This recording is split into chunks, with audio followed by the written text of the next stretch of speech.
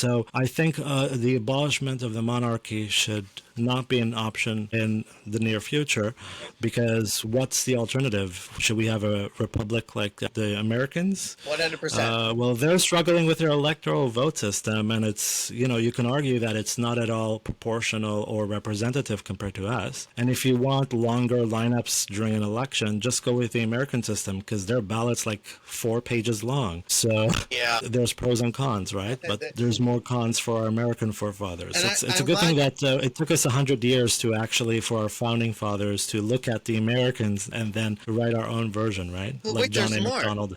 If you look at the Tripoli Senate and remember how vague and veiled that argument was from that point of view, especially from Stephen Harper, all we had to do was look at the example that Australia has given us, where they gave powers to allow in the creation of their parliament, as Westminster as Canada's is as well, but they allowed senators to be voted.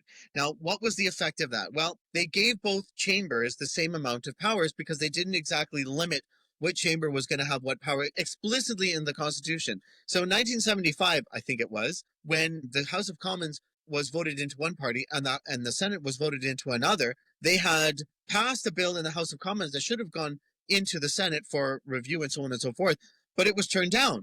And so when Stephen Harper had brought up a Tripoli Senate, what for? There was such an easier way of reforming the Senate, but it took Trudeau Jr. to actually implement it, where he kicked everybody out of the party system. Absolutely brilliant. It fixed the system.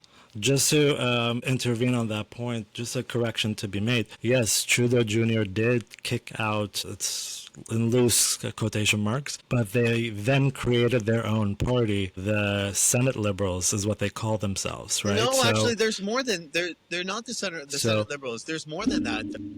No, they became like a clique culture, kind of like high school. Fair enough. So, I mean, the independence of the Senate is, I actually like what was done in 2015 and so on. There's a commissioner that is supposed to, in theory, be the one to deal with the selection process. But I actually wouldn't mind having elected senators as well, if we choose to keep the Senate. I mean, at the moment we do, but back in 2015, let's just assume for somehow in a different reality, in the multiverse, right? If you're a Marvel fan, you'll appreciate that reference.